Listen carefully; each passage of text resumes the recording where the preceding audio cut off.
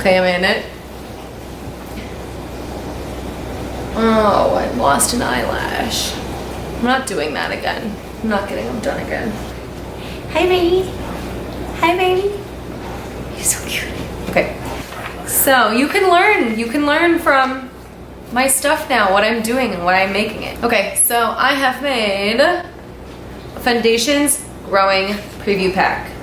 So what that means is that every time that I add something new to it, you just re-download it and you get the new activities for free.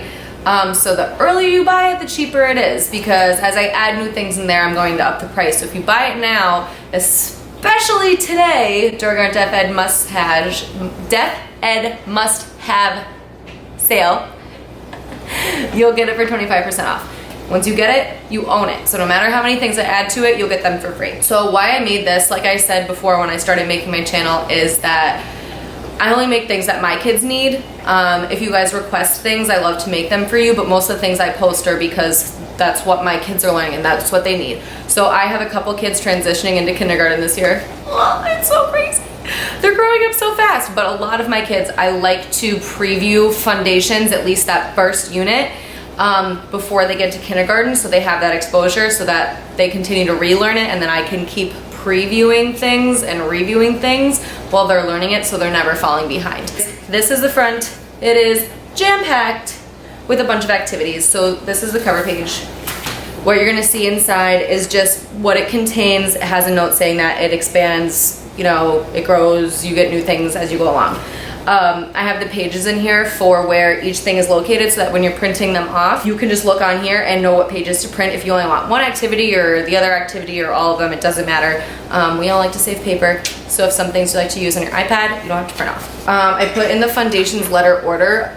This is not a Fundations activity. I'm not doing this for Fundations. This is just what most of my kids use in their schools, so that's why I supplement it. A lot of other schools use TC Phonics is something that I know, but all of my kids so far have been using Fundations, so this is what I'm using. This is just a letter order, so this is the order that I'm going to be teaching them their letters and their sounds, and they do it because of the way that the ability of drawing, like the way that they're formed apparently is easier, and I really like to use handwriting without tears with this, like the Mat Man sticks, but you can also like just cut paper, like lines, curved lines, Play-Doh, literally anything you want to help create these letters if you like to be more tactile and visual, which obviously I love to do. The first activity that you're gonna get are these pages. Shout out to one of my kids. She helped me design this. She is my spunky little girl. You guys probably see her sometimes in my stories. We'll hear her in my stories. But we decided that we'd need a letter at the top. Right here, it's very light. But a place to trace it, and then a place to try it on your own. Then you get to draw a picture of something that starts with a T. So right here, this can be really hard at first, especially when the kids are first learning. So what you're gonna wanna do, I like to do it as a guessing game. Like today I did this with her, and I said, I'm thinking of something that starts with a T, and it's an animal, it's green, and it has a shell. So you can use that as a listening game, inferencing, things like that. Then under here it says, you know, help them make the letter. Use Mat Man sticks, use cutouts, use Play-Doh, you know, whatever you want. Then I put these under here. So it's just phonological awareness with that specific sound. B-M-E, beginning, middle, end. Where do you hear the sound in rat?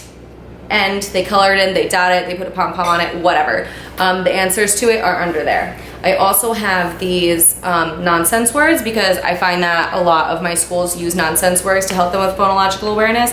So it's really great to practice. I just put random things in here. You can think of anything you want as nonsense words. There's every single letter. I put them in alphabetical order for printing, just in case you don't want to do the Fundations letter order. But once I printed mine off, I put them in the Fundations letter order for myself because that's just what my kids are learning.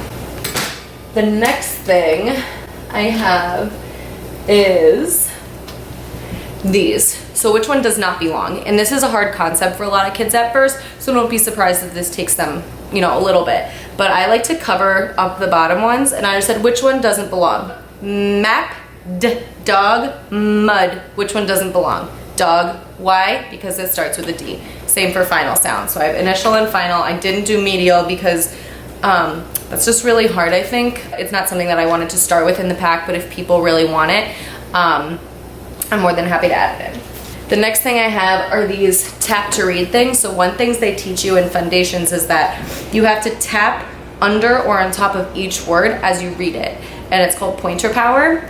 And you also use picture power. So I did one for each season: spring, winter, summer, and fall. And basically today I had my one of my kids say, "That word says bee." And I said, "How do you know?" And she said, "Well, the picture." I said, "You used your picture power." So you can have them tap bee, umbrella, butterfly. So just, you know, getting them to point to those words and getting used to reading them, and then using the picture power. Look at that picture. What is it telling you? What can you take a guess at? What does the word start with? Is this rabbit or bunny? What does it start with? Bee, bunny. So you can teach them like that. I really like those sheets. Play-Doh mats. I love being very visual, tactile, having my kids explain, you know, what makes up a letter, like 2 straight lines. For B, it might be 1 straight line, 2 curved lines. You can talk about a long straight line and a short straight line. It's really important because some of my kids have visual perception problems. I find that a lot of my kids take in a lot of things differently visually when they were implanted late, because that was their mode of survival. So one of my OTs said, like, really try to have her make things with Play-Doh, describe what it's made out of, all of those shapes. So that's in here too. The last thing I have are just these cards, and you can really use them any way you want. I have prompts on them, but you can decide to choose whatever letter you want. So this one says, what is the first sound you hear in wax? Wax. And I have first, middle, and final cards. And they're labeled for you guys, but you're more than welcome. Like, you can obviously look at this and say, what's the last sound you hear? Wax. X. So that's what I have so far. It's my first thing I've made now that I'm coming back onto Instagram. So I'm really excited for you guys to see this and enjoy it and get your feedback. So let me know what you think. And I'm excited to be back.